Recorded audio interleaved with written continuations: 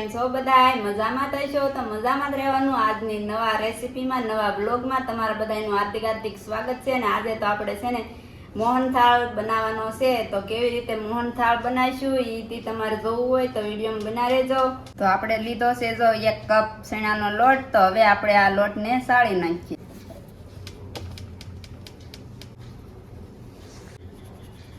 તો આપણે જો આ મોણ નાખવા માટે આપણે લીધું છે દૂધ. તો હવે આપણે નાખી દઈએ દૂધ. હવે આપણે એને મિક્સ કરી નાખવાનું છે. તો આપણે જો દૂધ નાખીને તો જો આવી રીતે આવો લોટ થઈ જવો જોવે. જો આવો ને પછી આપણે આને 2 થી 3 મિનિટ ઢાંકી દેવાનો છે આમ આમ કરીને.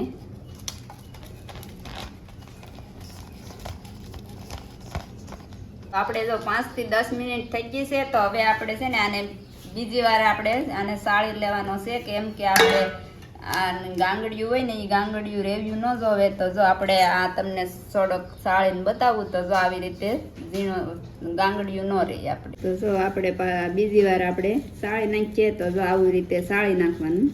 મોટી સાણી હંમેશા લઈને સાળવાની. તો આપણે હવે મૂકી દઈએ કડાઈ.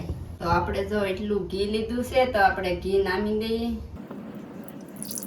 તો આપણું ઘી ગરમ થઈ ગયું છે. તો હવે આપણે શેકવા માટે નાખવાનો છે આ લોટ. આપણે સાળી લીધેલો છે ને એ લોટ આપણે શેકવાનો છે. તો હવે આપણે છે ને આને એક જ ધારું હલાવવાનું ચાલુ રાખવાનું છે. કેમ કે આપણે નીચે બળવું ન જોવે આ લોટ, ત્યાં સુધી આપણે હલાવવાનું ચાલુ રાખવાનું. તો આપણે જો મસ્તીનો છે ને લોટ શેકાવાનું ચાલુ જ છે. પણ હવે આપણે આને બાજુના ગેસ ચૂલે છે ને આપણે સાણી કરવા મૂકી દઈએ એટલે બંને એક હારે થઈ જાય. હવે આપણે આને સાણી થવા મૂકી દઈએ ને આને હલાવવાનું તે ચાલુ રાખવાનું છે. તો હવે જો આપણો મસ્તીનો લોટ શેકાઈ ગયો છે. તો હવે આપણે આને ઉતારી લેવાનું છે નીચે. તો જો આપણે હવે આપણે નામી દેવાની છે મોરસની ચાસણી. તો હવે આલો નાખી દઈએ ને હલાવવાનું તે ચાલુ રાખવાનું.